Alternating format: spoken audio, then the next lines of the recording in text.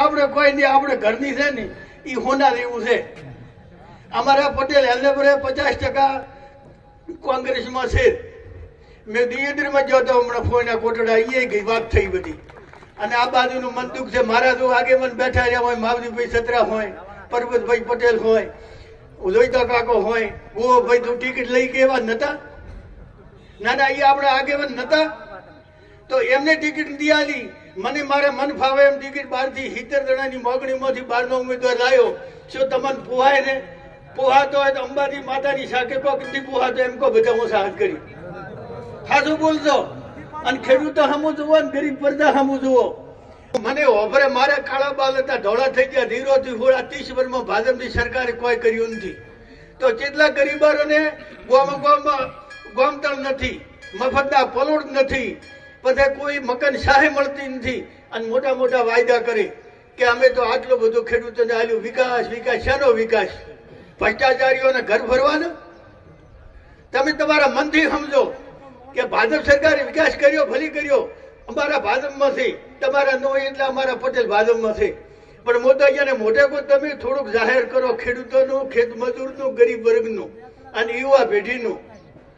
તો કોઈ ઈ આવશે જ ભાજપવાળા. તમે બધા પૂછો કે સાહેબ આ ખેડૂતને અનાજના ભાવથી એનો કોઈ વધારશો? એટલું પૂછો તમે. આ તો પોણી લાવ્યું, પોણી તો ચમન કાકો મરી જશે એટલે કઈ. ચમન કાકે 5 વર્ષમાં ડબલ પૈસા ના બોલ્યા, બંધ પાડી અને વિરમગામ સુધી આ સુજલમ બોલી મોટી નહેર લાવ્યું ને તો ચમન કાકે લાવી. અને એ ડેમનું મુહૂર્ત તો કોંગ્રેસ સરકારે કર્યું હતું મધ્યપ્રદેશ. અહીંયા અસ્ટેલ આવ્યો તો એમાં કેસ લડવો પડ્યો હતો. હાથા મુદ્દા દોડો. 5 વર્ષે પરિવર્તન કરો, 3 વર્ષે તો બહેનો પાડો બદલવો પડે છે. નહીં બદલવો પડતો? મેઠું બોલી કે આમાં તમારી હવે આવશે ઓલ્યા બીજા ઉદા પેરણ વાળા કે તમારી મંડળી બંધ કરવામાં આવશે.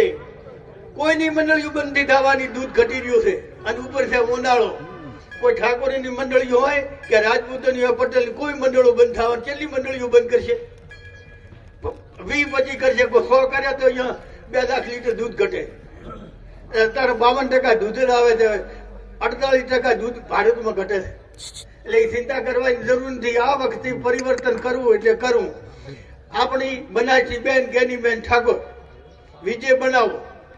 બધા તન મન ધનથી કોઈને અંદરો ડખા હોય તો ભૂલી જાજો. ભાજપ વાળો એક હોય દરેક ગામમાં એ થઈને ફરે. આપણે નથી મોટો હતો ગામમાં સૂડો ફરે એવો. એટલે એને કહેવાથી મતજો. ગરીબ ઘરને ઘરે જઈને પૂછો તમે કે તારી પરિસ્થિતિ કે અન્ન ખાવાનું નથી, રેવા મકાન નથી, બેંકનો હપ્તો ભરવા ખેડૂતો પાસે આ સાલ તો પૈસા નથી. કેમ નથી? કે મોંઘવારી એક બાજુ વધી ગઈ, એક બાજુ અનાજના ભાવ ઘટી ગયા અને બેંકોના દેવા વધી ગયો. પેલા અમે 10-15 વર્ષ પહેલા શું કરતા? કોઈ 50,000 બેંક વાળો ભાગ ધીણા લે તો બિયાતા હપ્તોકાર ભરાશે. અત્યારે આપણા ઓલા યુવાન શું કે છે? બેંક આવી છે, કેટલા પૈસા હાલશે? 5 લાખ. 10 નહીં હાલે કે 10 હાલશે તો 15 કરોડ રાખે. તમે 15 ના હપ્તા જેમ ભરશો? 15 લેવાનું કારણ શેનું છે? આ મોંઘવારી. હું તો તમને ખાસ હાથ જોડીને વિનંતી કરું છું કે લોણાની સીટમાં ભાજપને 1 વોટ જવું ન જોઈએ. કે આ વખતે પૈસા ઉડાડશે ઘણાય. અહીંયા કન છે તમારા પૈસા છે. હમણાં એક નવું હેડે છે 4 મહિનાથી, અટલ ભુજલ યોજના. કોઈ ખબર છે? હું સાહસ કરું. એમાં શું શું છે તમને ખબર છે? પેલા કિશોરી કહેતા 1200 કરોડ એટલે 100 લાખનો 1 કરોડ. 1200 કરોડ એટલે આખા બનાસકાંઠાના 1200 ગામ છે. તો આપણા તો 100 ગામ જ છે. ધનેરા, લાખણી, દિયોદર 3 તાલુકા એક જણે લીધા છે. તમે જાણતા હશો. અમુક તો એક છોકરો લેબાવનું કામ કરે છે. એટલે મેં કીધું અમારા દેશી પટેલને 1-2 લે. તો કે જગ્યા નથી. હવે આ 25 બેઠા ફોટો પાડીને દે તો 50,000 ઉધારી કે. પછી મેં પૂછ્યું, મેં કીધું પેપરમાં તમે શું કર્યું? તો કે 2 તળાવ આલ્યો. મેં કીધું નામ કે? નામ ભૂલી ગયો. તો કે એક ઝઘેર ને એક દરગાયું. તો શું કર્યું? તો કે રિપેર કરી આલ્યા. 2 ને 5 લાખ ખર્ચ કર્યો.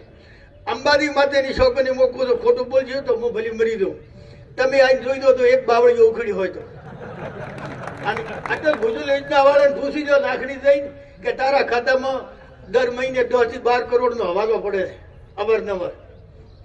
પછી કે અમે ટબકમાં સબસિડી આલો છે, સરકાર આલે એના વગર 15%.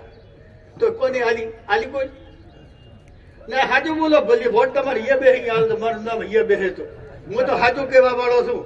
ખેડૂત, ખેત મજૂર અને બેરોજગાર ને આપણા યુવા પેઢી, આવું યુવા પેઢીનું ધ્યાન રાખવું હોય તો આ વખતે પરિવર્તન કરજો. હું અંબાજી માતાની સાકે તમને હાથ જોડી વિનંતી કરું છું. જય અંબે માં.